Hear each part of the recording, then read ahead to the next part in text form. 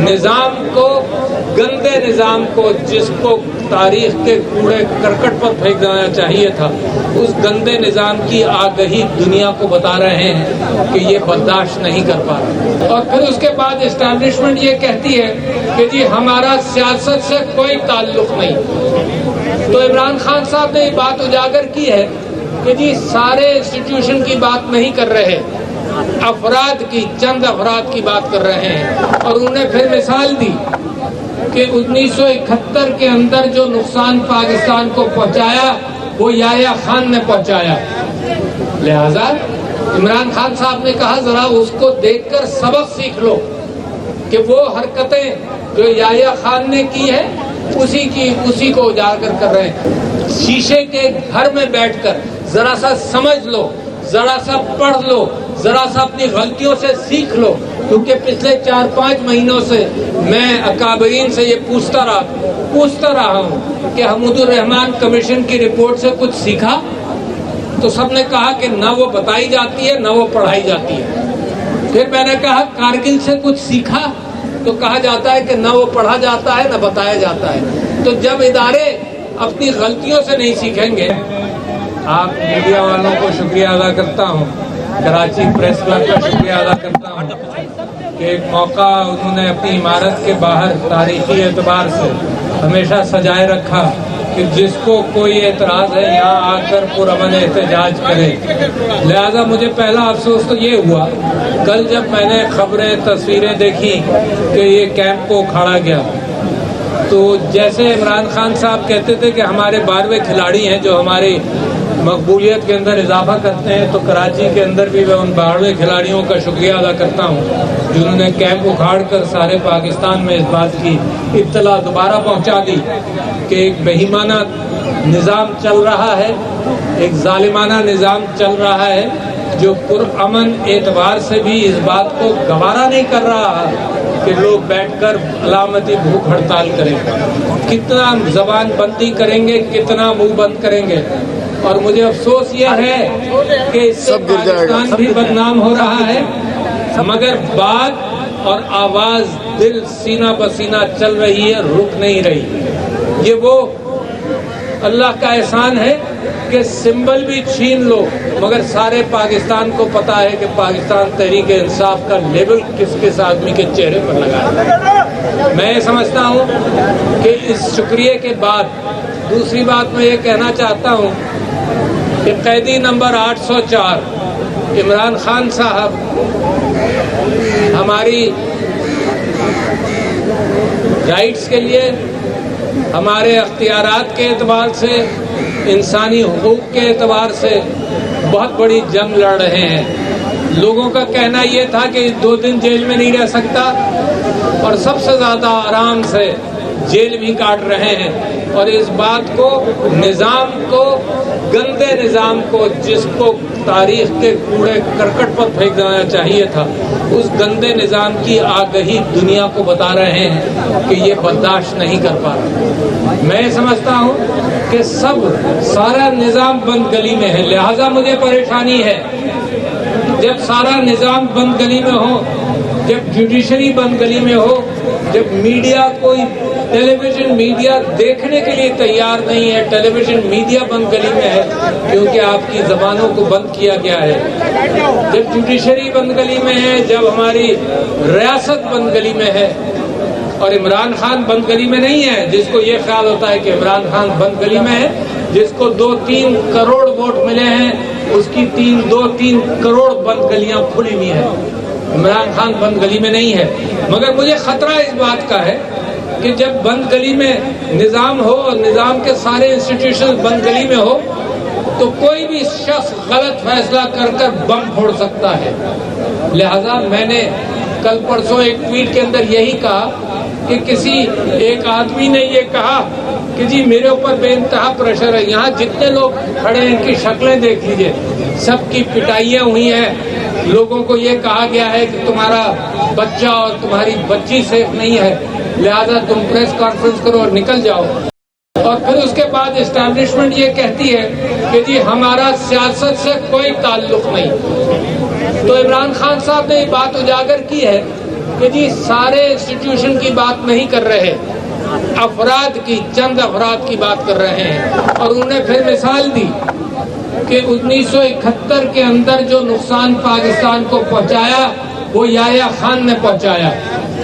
لہذا عمران خان صاحب نے کہا ذرا اس کو دیکھ کر سبق سیکھ لو کہ وہ حرکتیں جو یحییٰ خان نے کی ہے اسی کو اجاگر کر رہے ہیں. مگر کتنی خوبصورت بات عمران خان صاحب نے کہی ہے. اور میں آپ سے یہ کہنا چاہتا ہوں کہ یہ سویلینز ہیں جو اپنی قوم کے غلطیوں پر پردہ ڈالتے ہیں.